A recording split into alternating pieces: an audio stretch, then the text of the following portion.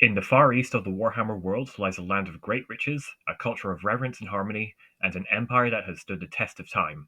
Known by many names such as the Celestial Empire, the Kingdom of the Dragon, and the Empire of the Celestial Dragon. However, we all know it as its most common name, Grand Cathay. In this video, I will be describing Grand Cathay in a general brief overview of its various parts, from its history to its military. I plan to do these parts in more detailed videos dedicated to each of them in the future. Before I get into the overview, I wanted to preface that the lore in this video will be explaining the most up-to-date lore introduced by Creative Assembly, Games Workshop, and Total War Warhammer 3. Grand Cathay did have some lore and units described before Grand Cathay's big reintroduction through Total War Warhammer 3. However, it seems, at least to me, that Games Workshop and Creative Assembly have been building the current version of Grand Cathay from the ground up. I would also like to add that Total War Warhammer 3 was my introduction to Grand Cathay, so there is little that I know of the old lore. If any parts of the old lore of Grand Cathay still applies to the most up-to-date version we have, please do let me know in the comments. I also suspect that there may be some addendums and changes to the current lore when Grand Cathay eventually gets their army released for the old world. Thank you. Now, onto the overview. Grand Cathay is an empire ruled by an ancient dragon of immense power, Shen Yang, the Celestial Dragon Emperor. Ruling alongside him is Kuei Yin, the Moon Empress. While not an ancient immortal dragon like her beloved Shen Yang, she is regarded as equal to him. Thanks to their tireless efforts, Grand Cathay has achieved many great feats of wonder, such as the construction of the Great Bastion and becoming one of the oldest civilizations in the Warhammer world. However, in more recent times, their presence has turned into absence as the Celestial Dragon Emperor works on a personal project, and the Moon Empress guides the Empire through clandestine means. However, this does not mean they leave Grand Cathay and the people it rules to their own devices. That is where their children come into the fore. While not the same true dragons as their father, the children of the Celestial Dragon Emperor and the Moon Empress lead the various provinces of Grand Cathay and take on specific roles of defenses, administration, and guidance. Through their combined leadership, Grand Cathay has stood for thousands of years, all the way up to the cursed end times that finally saw Grand Cathay's walls breached for good and the land destroyed with the Warhammer world. Grand Cathay is primarily made up of human citizens. The peasants work in huge rice farms, forges, and various forms of specialized craft. However, in times of war, the peasants are levied to assist the more elite soldiery of the warriors of jade and steel. When the drum of war is silent, the people continue their work for the Empire and live their lives in harmony. The upper class of the people take on more political and military roles, such as the Lord Magistrates and the famed dragon-blooded nobility. The Lord Magistrates are tactful politicians and cunning strategists both, handpicked by the Dragon Children to govern the cities and lead armies when they are not present. The Dragon-blooded, on the other hand, are nobility by blood, being born as a child of dragon and human lovers, or said offspring's descendant. These dragon-blooded humans have the highest expectations and respect, surpassed only by the dragon they are descended from, and have the power to use the magical laws of yin and yang. The people of Grand Cathay venerates the Celestial Dragon Emperor, the Moon Empress, and their children, showing strict respect and decorum verbally and physically. To show disrespect towards them, even outside of the Empire in the presence of a Cathayan, is to invite denouncement and even a swift silencing. However, this veneration is not necessarily in the same sense of worshipping a god. While ancestor worship is widespread, the people of Grand Cathay do not worship the dragon rulers, who look upon the gods of the world with disdain. To the Celestial Dragon Emperor and the dragon rulers, and likely by extension the people of his empire, the gods are nothing but vain and selfish beings who desire to be worshipped rather than guide the people they have influence over. As such, the worship of gods is prohibited in Grand Cathay, and to refer to its leadership as a god in any way is likely just as insulting and begging for an untimely end as denouncement. The territories of Grand Cathay are split into several different provinces. The Imperial Provinces, the Central Provinces, the Northern Provinces, the Eastern Provinces, the Southern Provinces, and the Western Provinces. Each province is ruled over by one of the 9 dragon children of the Celestial Dragon Emperor and the Moon Empress. These children are, in order, Yuan Bo the Jade Dragon, Miao Ying the Storm Dragon, Yun Yun the Sea Dragon, Li Dao the Fire Dragon, and Zhao Ming the Iron Dragon. Each of them are the highest authority of each province, their places bestowed to them by the Celestial Dragon Emperor. Within these provinces, the previously mentioned Lord Magistrates assist in governing each city, representing the people and ensuring that harmony is maintained. The dragon rulers also take on roles specific to their province. For example, in the northern provinces lies the Great Bastion, a massive wall built as a bulwark against the northern tribes and ever-encroaching corruption of chaos. It is the charge of Miao Ying to oversee the maintenance and defense of the Great Bastion, and her responsibility to ensure that it continues to shield Grand Cathay from the hordes of chaos invaders beyond it. Each province holds a court, the center of government in each region, where each dragon and those within it perform the day-to-day rule and overseeing of internal matters. The most important of these courts are the Court of the Dragon Emperor, where only his family belong, and the Court of the Jade Dragon, the center of Grand Cathay's administration and where much of the more external affairs take place. As the name implies, Yuan Bo is the head of this court, and despite not being the eldest of the dragons, he is known to command power and authority over his siblings, should such be needed in ensuring Grand Cathay remains defended and secure. The armies of Grand Cathay are said to be among the most elite of the Warhammer world. Despite the distance between it and many other nations, it is surrounded on all sides and its borders constantly tested by powerful threats, such as the Hobgoblin Khanate, the Northern Tribes, Nippon Pirates, and Ogre Tribes. Among the armies of Grand Cathay are several different heavy units, such as the Warriors of Jade and Steel. These soldiers, usually shortened to Jade Warriors, form the heavy infantry, ranged, and cavalry of Grand Cathay.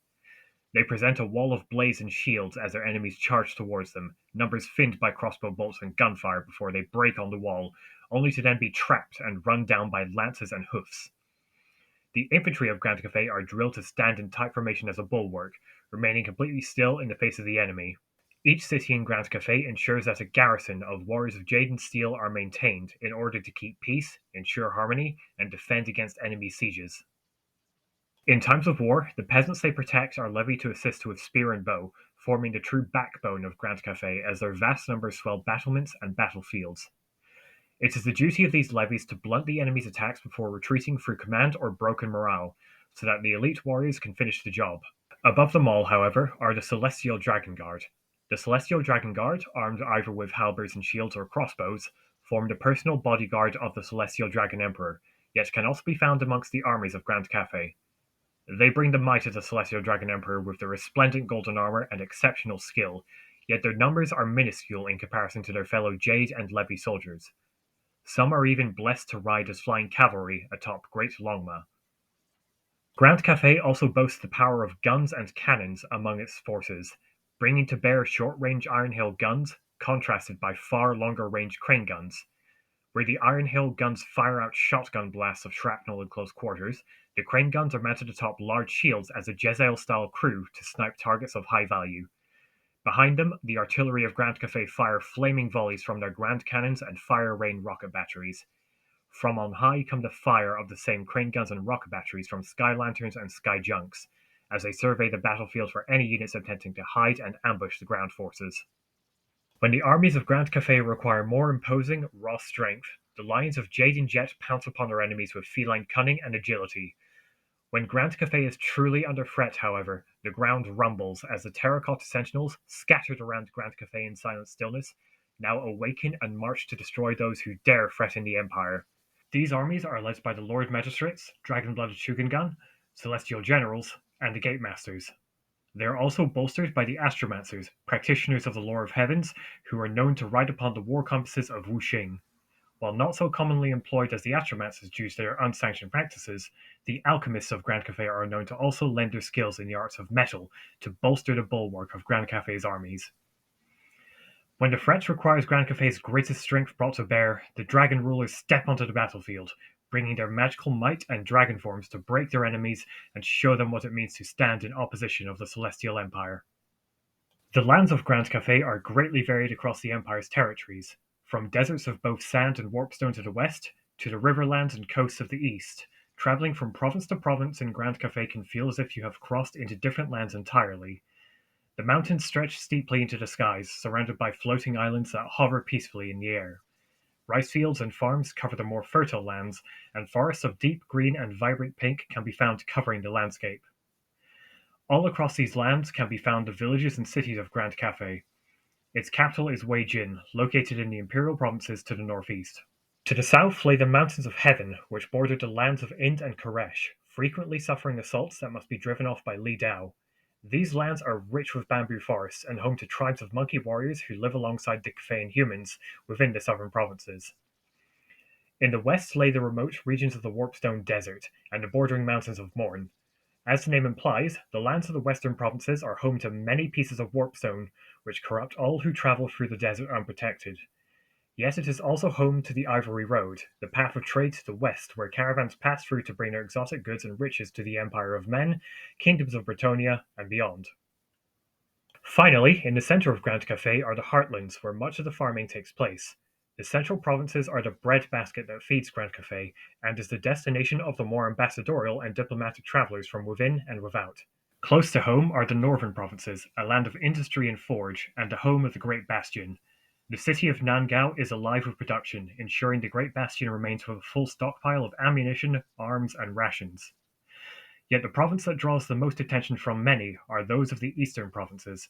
The eastern provinces has become a hub of trade and wealth thanks to the ports that open Grand Cathay to the world. Many who visit the central provinces on diplomatic missions will meet with either Yuan Bo himself or another representative. Interestingly, many who return to their lieges from Grand Cathay tell stories of meeting the Celestial Dragon Emperor, seemingly believing either Yuan Bo or the representative to be him. Curiously, either out of amusement or mistranslation, they are not known to correct the confused diplomat that they are not, in fact, the Celestial Dragon Emperor. Grand Cathay is one of the longest living empires in the Warhammer world, and arguably the longest living predominantly human empire. While it has suffered breakdowns in leadership and internal struggles, Grand Cathay has never once been fully brought to its knees and broken apart. It continues to stand as a bulwark against chaos in the east. But it was never always like this. Before the dawn of Grand Cathay, there was a world of ice, battles of ancient beasts and dragons, and the arrival of the Old Ones. Long before the arrival of the Old Ones, the world was almost literally frozen in time. A perpetual ice age covered the world, inhabited and fought over by many ancient creatures such as the dragon ogres and even the dragons themselves. It was stagnant and endless, but it was one the dragons called home. That was until the arrival of the Old Ones, who, in accordance with their great plan, used their incredible power to push the world closer to the sun and thus make the world more suitable for the races they would create. In addition, with the construction of the polar gates, the winds of magic that breezed through the world had developed into stronger, more concentrated gales.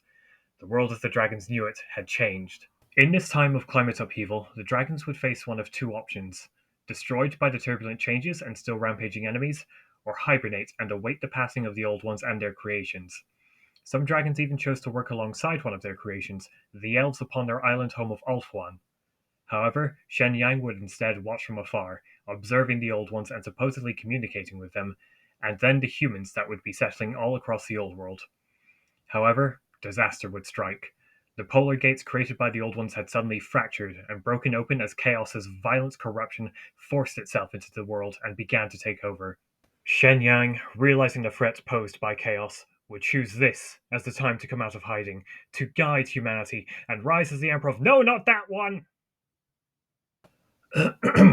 Excuse me. He would rule as the Celestial Dragon Emperor and co-found and rule alongside Kuei Yin, a shape-shifting creature born upon Mansleep. Together, they would guide their children and the humans to build the empire that would become Grand Cathay, the Great Bastion being the greatest of their defensive structures. They would also teach the humans that the dragons are their betters and worthy of their reverence, and that the gods are to be shunned and disregarded of the importance they desire.